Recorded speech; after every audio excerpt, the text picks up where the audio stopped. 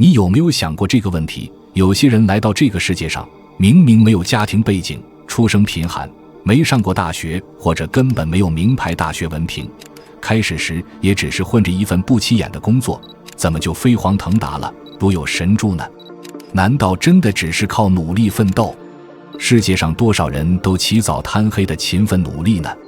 是什么原因让他们翻转了自己的命运，改变了自己的社会阶层，成为别人的祝福，成为人神喜悦的人呢？这里一定蕴藏什么宇宙天道法则，有待我们了解，不是吗？如果你现在干什么都没劲，觉得没有前途，没有希望，就想躺平，但是又不能躺平，却又觉得社会不公，感叹世道不济，抱怨处处都是颠倒的世界，罗刹国，都是社会的错，别人也都错了，都说这世界是个 Matrix， 也没有努力的必要。是的，我很理解，人哪有没有彷徨迷茫的时候呢？我希望这个视频能帮助你，希望你如有神助，生活处处充满奇迹。我给大家分享这一翻转命运的底层逻辑，视频有点长，其实呢也很短，但希望能帮助大家通透地明白我们生来带来什么，离开时又带走什么。希望你的人生开始充满你意想不到的好运和奇迹，时时处处遇见贵人，成为人神喜悦的人。你的智慧、品德、能量与你年龄同时增长，你的生活也会超出你疯狂的梦想，家庭幸福，健康长寿，事业有成，受世人敬仰，实现你人生最完美的自我呈现。你知道吗？有很多辉煌成就的人，人生的起点并没有比你高，难道不是吗？你知道日本著名企业家、日本经营四圣之一稻盛和夫吗？你知道20世纪最富有的非裔美国人亿万富翁奥普拉·温弗瑞吗？你知道历史上的第一位亿万富豪、全球首富约翰·洛克菲勒吗？还有那个让世人通过智能手机有如神通的史蒂夫·乔布斯吗？你知道他们都有一个共同的特点吗？那就是出生平凡或贫寒，没有家庭背景，没上什么好大学，或根本没上大学，就活出了丰盛富足、功成名就、令人敬仰的人生。还有很多的人，在此我就不一一列举了，我们就来说说他们的起点吧。稻盛和夫出生贫寒，中学2次落地，还患上了差点让他死掉的结核病，他也没被他的志愿大学录取，他参加一流公司的入职考试也没通过，好不容易进了一家公司，还濒临破产，别人能离开的都离开了这家公司，稻盛和夫却不得已留了下来。奥普拉的父母从未结婚，小时候只能和外婆住一起，经常穿着土豆带制成的衣服。外婆对奥普拉的最大愿望只是能够成为一个好主人家的奴仆。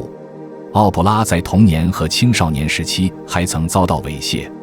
并在14岁时甚至被亲戚性侵怀孕，徘徊在生死的边缘。至于约翰，他的父亲是个欺蒙拐骗、不务正业，还犯下了重婚罪，更和女佣生下2个小孩，长期不回家，是个十足的渣男。约翰没人可靠，只能靠自己，16岁就在一家公司做起部级员。史蒂夫从出生就被亲生父母遗弃，被人收养，这一点是他一生的痛和摆脱不掉的阴影。听了他们的故事，你是不是觉得自己很幸运呢？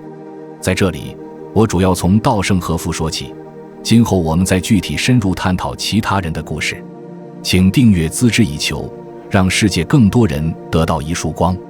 你一定也问过这个问题，人为什么来到这个世上？你的答案是什么呢？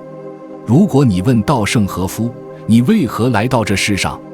他会毫不含糊地回答，是为了在人生谢幕之时的灵魂，比人生开幕之初更纯洁一点，或者说带着更美好、更崇高的灵魂去迎接死亡，或者说走的时候比来的时候更纯净一点，是人生唯一的目的。人生不是一场物质的盛宴，而是一次灵魂的修炼，使它在谢幕之时比开幕之初更为高尚。你如果真的认为人生不带来任何东西，死也不带去任何东西，那你就白来这世界走一遭了。是的，向上翻转人生的答案就是觉知到，在此生要打磨更高级的灵魂，思考行为带有神性意识觉知，换句话说，就是提高人格，丰富人性，塑造美好的人格，更为接近神圣的高维智慧。为什么了解到这一人生目的，一念之间，生命就可以翻转逆袭向上了呢？我们探讨一下它的底层逻辑。首先，什么是灵魂呢？人有没有灵魂？亘古至今，在世界不同的文化、哲学和宗教信仰中，对灵魂的理解、定义、层次或维度都有所不同。但共同点是，世界各地的人们、中外文学作品、各方圣贤高人、苏美神话、各大宗教，诸如佛教、道教、基督教、犹太教、伊斯兰教、印度教、萨满教等等，都感知到了，人除了可见生命体特征外，还存在非物质性质或非物质的存在，灵魂。灵魂是人生理本能感知意识与精神意识的组合体，具有高低层次或者说有维度。它是一种超自然现象。人们都认为灵魂是超越物质身体的不朽实体，死亡不过是将灵魂同肉体分离。灵魂具有超自然的力量和永恒性，也就是灵魂不灭。对我们来说，最重要的是灵魂的高低层次或维度。希腊哲学家亚里士多德在他的《灵魂论》里提出，灵魂分为3个部分，有营养、感觉和理性的机能。此3魂分别是生魂、觉魂、灵魂。在犹太神秘主义中，人的灵魂有5个层次，它们存在于人的血液中，从最低层次的生命力到耶西达，也就是灵魂的本源。基督教有灵和魂的层次 Spirit and Soul， 身体里的魂 Soul 可以活出圣灵 Spirit 的样式，也就是内在基督的样式。佛家讲得更细，一共有9种意识：眼、耳、鼻、舌、身、意、6识，第7识为那识，第8识阿赖耶识，第9识阿摩罗识，是清净识、白净无垢识。用佛家的话说，此时是一切众生清净本源，是诸佛如来所证法身果德，再生不增，再凡不减，非生死之能积，非涅槃之能济，染净具泯，湛若太虚。这是高僧大德修行向往的最高境界。中医理论和道教同源，阐述人有7魂6魄，还有最高的元神，也称元性道或真我。道教中的识神只是身体大脑中形成的控制人行为的意识体，没有灵性，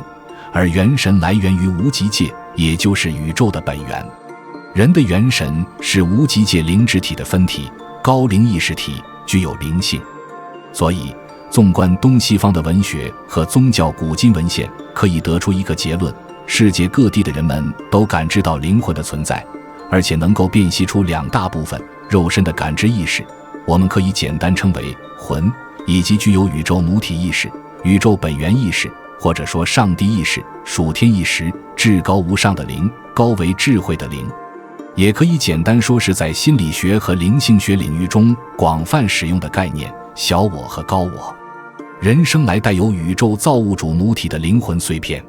通过我们的灵，我们和宇宙紧密地联系在一起。高灵一般隐藏在我们的人体中，我们只有通过修心、修行、修身或者灵修的方式，渐渐激活我们的灵，让高维的智慧意识觉知代替我们身体本能的意识，来主导我们的思想和行为，与宇宙母体源头意识趋于一致。我们可以在早年，不用等到70岁，就能从心所欲而不逾矩。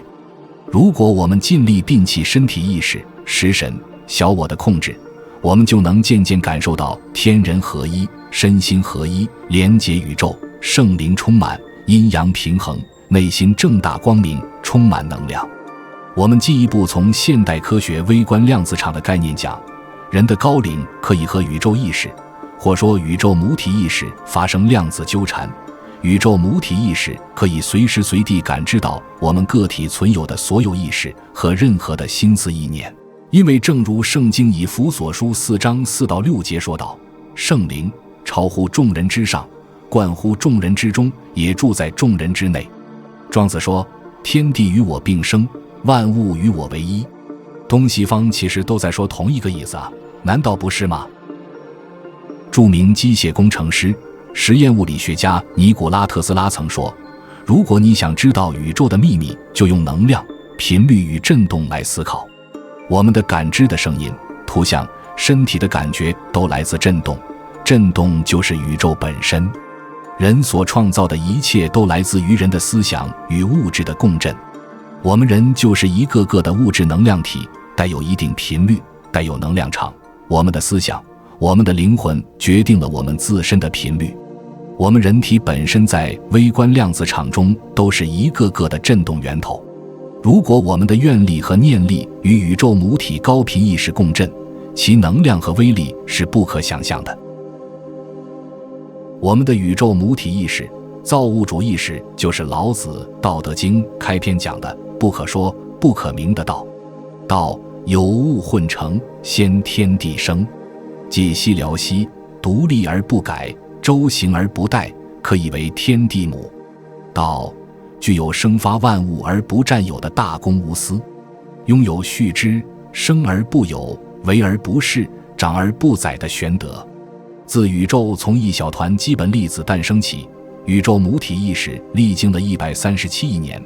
引导宇宙万物朝好的方向发展，不停歇的生成与发展，生发出了高等生物人类。我们就生活在这样的上善若水的宇宙天道当中。如果我们心怀善念，身体力行，知行合一，我们的频率就会和强大宇宙的高频主频率共振，我们就顺应了宇宙天道。而你就是宇宙意识的天选之人，是他的执行者、行道人。宇宙会让万事互相效力，为你的善念、愿力、念力而服务。你个人的命运必定会朝好的方向向上发展，甚至会超过你最疯狂的梦想。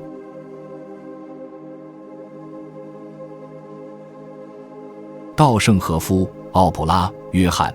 史蒂夫正是通过自己的信仰敬天爱人，关照自己的灵性发展。